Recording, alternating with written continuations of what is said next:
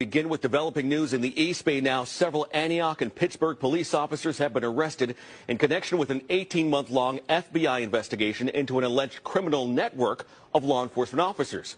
According to the East Bay Times, the FBI rounded up the officers early this morning in a series of raids around the Bay Area. The raids followed indictments handed down by a federal grand jury in San Francisco. It accuses the current and former officers with a wide range of offenses, including criminal conspiracy. The indictment is sealed until 3:30 this afternoon. Now, the arrests mark the end of an investigation that started early last year after a tip to the FBI and Contra Costa District Attorney. That probe widened to include alleged violent crimes, drug trafficking, and scandals. After seizing several officers' cell phones, investigators stumbled upon thousands of racist and homophobic text messages involving dozens of Antioch police officers, shedding light on racism within the department. It's resulted in about 40% of the department being put on paid leave. In a statement to KTVU this morning, Antioch Mayor Lamar Thorpe says, in part, quote, "Today is a dark day in our city's history as people trusted to uphold the law allegedly breached that trust and were arrested by the FBI. As our city absorbs the tragic news, we must come together as one. Today's actions are the beginning of the end of a long, arduous process." Law enforcement officers are sworn for a reason.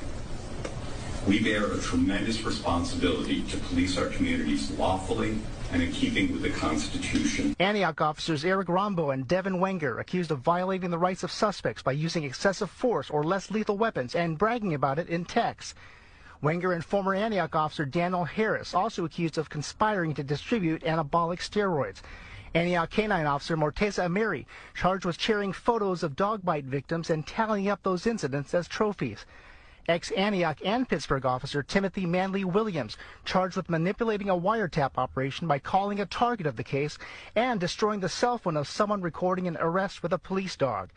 Amiri and Pittsburgh officers Patrick Burhan, Brawley Rodriguez Jalapa, Amanda Theodosi, and, seen here, Ernesto Mejia Orozco, charged with paying someone to take online college courses on their behalf to boost their pay. LOL. Putting a pistol in someone's mouth and telling them to stop stealing isn't illegal.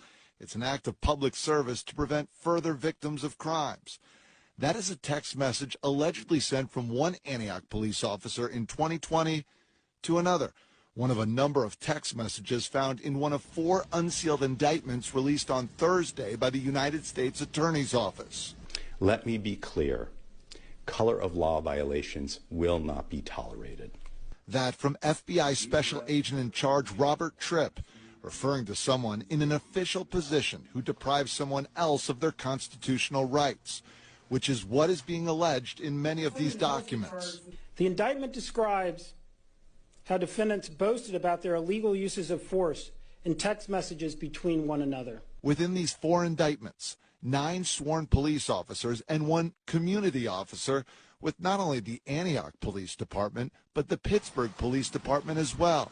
As to some of the charges: conspiracy to violate wire fraud, conspiracy to distribute anabolic steroids, wire fraud, numerous civil rights violations, destruction, alteration, and falsification of records in federal investigations, and obstruction of justice. The indictment shows numerous text messages discussing use of force on individuals. In 2020, one officer texts this to another: LOL, what did you get? Then a derogatory term for a person of color. In another alleged text, an officer writes, I walked out the tent and game planned how to expletive him up. Went back and did justice. Wish you were there. Inside a tent with no cams. Collectively, these 4 indictments describe a group of officers who acted as though they were above the law. One of the indictments also alleges that an officer used his personal cell phone to tip off the target of a wiretap. 8 of these officers have already had first appearances in court. 2 more will have that soon. These crimes have maximum sentences of 10 to 20 years in jail if convicted.